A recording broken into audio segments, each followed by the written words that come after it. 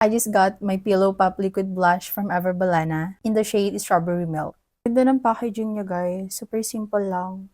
And gagamitin ko na siya since wala pa akong blush and also lipstick. Nalagay lang ako ng sobrang konti. Ganyan lang. Dab ko lang siya sa brush. Nalagay ko na siya sa face ko. Oo. Grabe yung pigment niya, ang galing. By the way guys, meron siyang hyaluronic acid and also vitamin. Look at the difference guys. Ito yung with, ito yung without.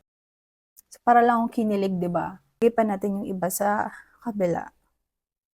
By the way, hindi pa ako naglagay, yun pa rin yung ginagamit ko.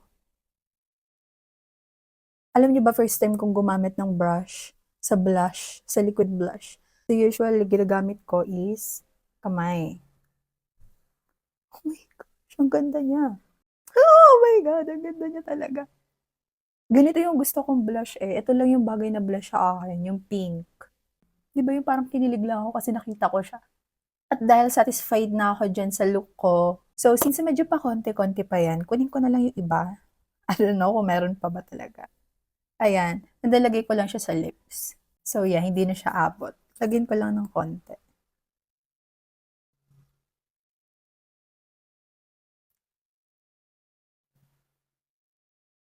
Look at the finished product. Ang ganda niya, di ba? Ganito lang itsura ko pag kinikilig-kilig dyan sa gilid. Yun lang, nasa Yolo Basket. Bye!